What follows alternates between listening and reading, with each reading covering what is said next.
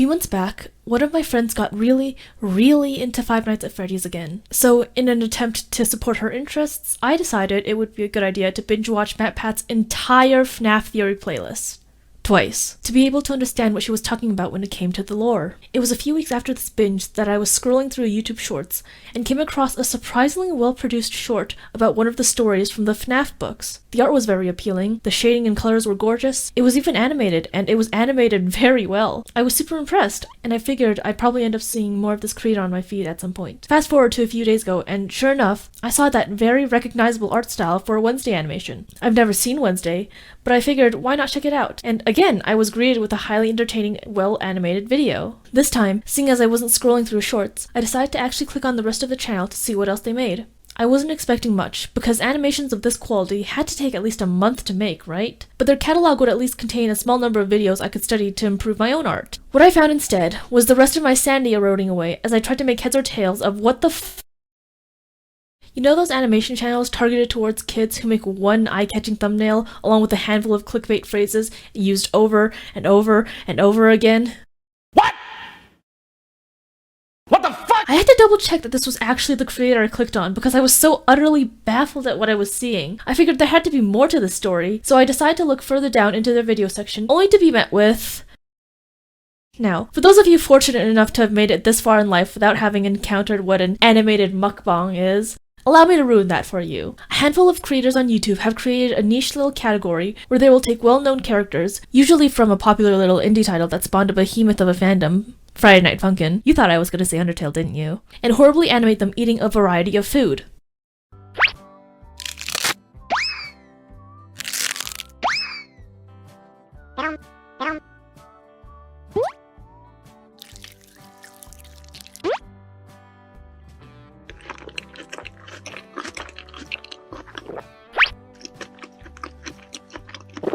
These videos are obviously targeted towards literal placentas who will see their favorite characters and automatically click on the video. The amount of different sounds and shiny bright colors capturing their attention and easily raking in millions upon millions of views. Maybe I should quit commentary and do this instead. Anyways, now that you're properly acquainted with the horror that is Friday Night Funkin' mukbangs, you can begin to imagine what I was first feeling when I saw those thumbnails. But there had to be more to all this than I was seeing, especially since the Five Nights at Freddy's animation I had seen from them had been one adapted from a short story in one of the books, To Be Beautiful, which is significantly less popular and less well known than the games. After a little bit of digging, I came up with... nothing. No, seriously, there is nothing on whoever made this channel. The only pieces of information I was able to scrounge together was that the GH's channel is a channel based in South Korea, made on July the 7th, 2020, and posting their first video on September 26, 2020. They've since accumulated almost 7 million subscribers, as well as 3 billion views. It has two sister channels, one named Didi, which has almost 200,000 subscribers, and one named Pee, which has almost 1 million subscribers. Both of these channels are notably of lower quality than the main channel, GH's. All three channels will use highly searchable titles and very clickbait thumbnails over and over and over and over, with their descriptions containing very little, save for a few hashtags, credits to contributing parties, and a warning not to repost their content. None of their other social medias even come close to their success on YouTube, most of the time barely landing over 1,000 followers, with the exception being TikTok, which has 2.5 million followers as of scripting. This channel is also seen to collaborate with other Korean animators. While I wasn't able to find any YouTube channels for the listed animators, I was able to track down some of them on Twitter. So it's pretty obvious at this point that this is a company running this channel, jumping on trends to get their videos out, and not an independent creator-made company like Vivinos. I hope I'm saying that right. Story over, right? I got my answers, and this channel was just another cash grab. They just so happened to strike gold with some of their videos and grow very, very large. But something bugged me. If at the end of the day, this was just another soulless company looking to make some quick money off stupid kids, why all the effort?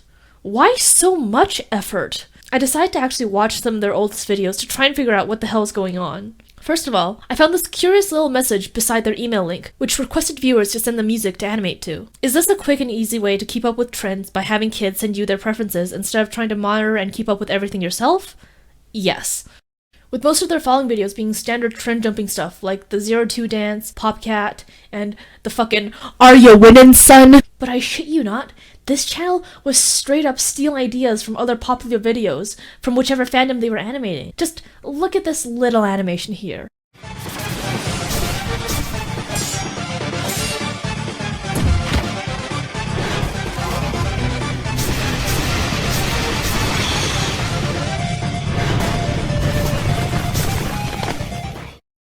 but Stream, that's just your average Sans versus Kara fight scene. No! If you've seen as many Sans fight scenes as I have, you know that there are certain moves that'll be part of any fight. That's a given. But this specific set of moves and this transition was taken from none other than the Predator Protector herself, Camila Cuevas. I will not be talking about the situation. Click the links in the description if you want to know more about it.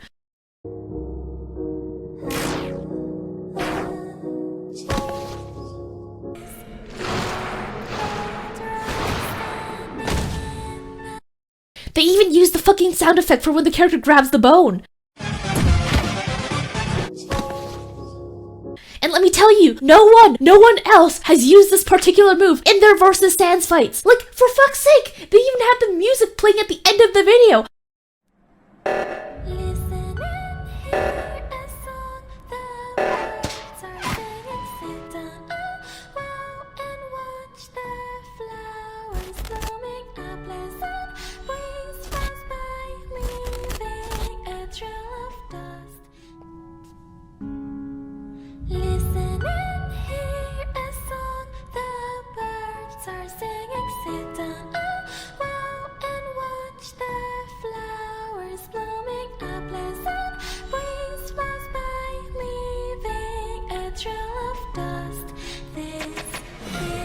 No, you took this. Now, my interest was properly peakweed, and I decided to look a bit further up the timeline. Sure enough, the mukbang videos started out the same awful way as other mukbang videos did. I actually think these are worse than the other mukbang videos simply because they had the audacity to use this minion-looking thing as the person eating in the videos.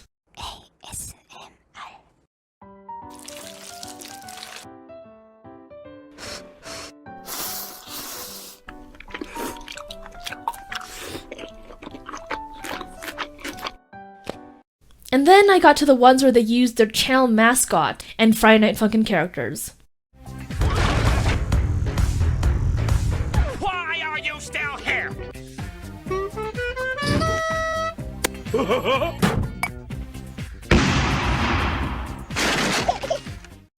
This was when Friday Night Funkin' was beginning to really take off.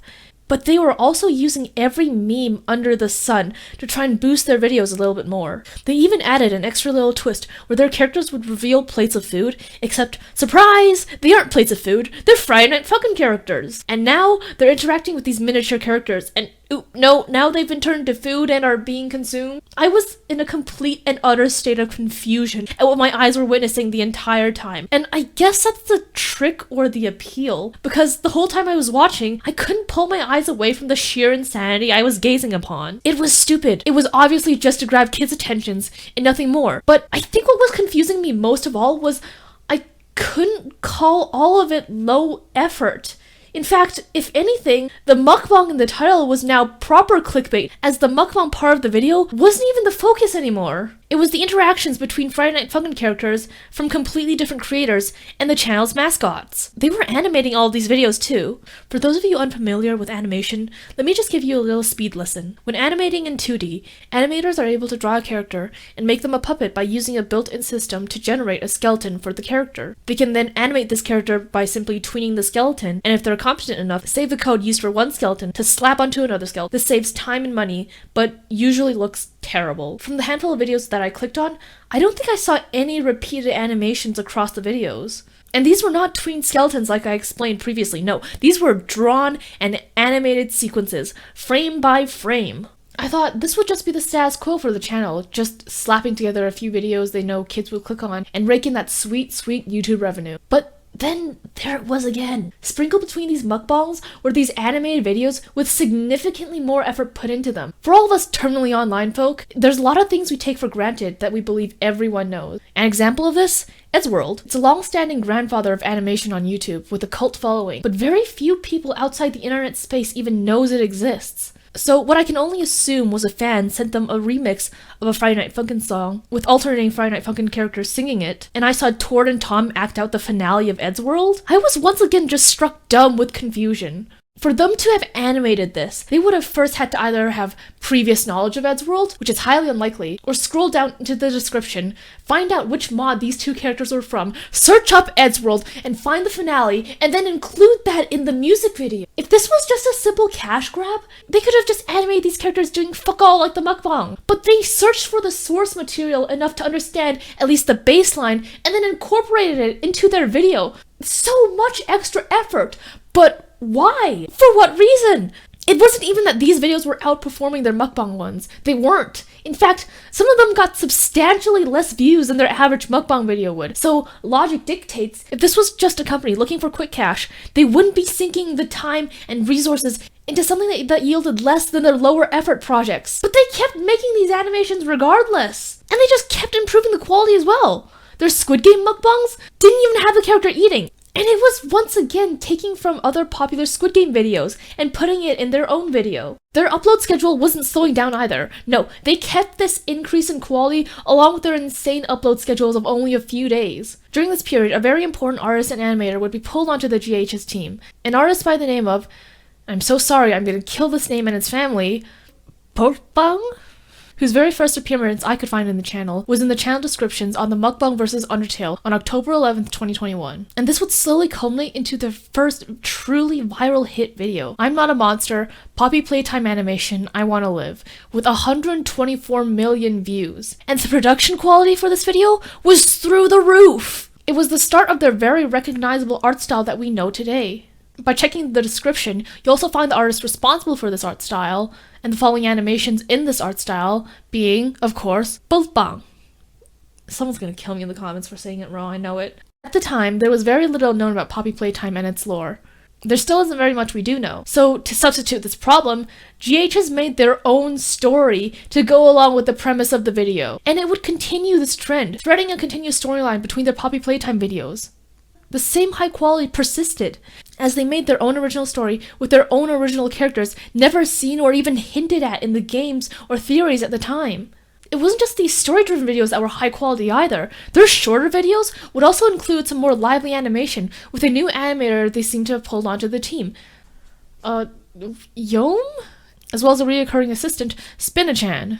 Another animator by the name of Jinstone would bring a creepier art style very reminiscent of One Piece, as well as dedicated background and thumbnail artists. These artists and animators would continue to be part of the team and create some very impressive pieces of animation and art, which are, frustratingly, kept behind these god-awful clickbait thumbnails. There are thumbnails here and there where the respective artists are allowed a little more creative freedom in designing their own thumbnails, but they are quite few and far between. And despite the looping thumbnails and titles, each of these videos are their own animated shorts, completely separate from each other and original. GH has also produced FNAF content alongside their Poppy Playtime animations. They would also branch out to start covering slightly more obscure, but very popular Roblox horror games. Yes, you heard me right, Roblox horror games. What was perhaps the most interesting part of these games is that, similar to Poppy Playtime, they had very little known story about its characters, leaving a lot of creative freedom for interpretation. But it's not the Piggy game that's being animated, it's two other titles, one being called Rainbow Friends, and the other,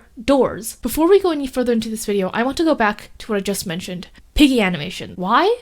Well, because I believe that GH has monitored the trend of Piggy and its astonishing success and mimicked it with their channel. Let's go back to 2020.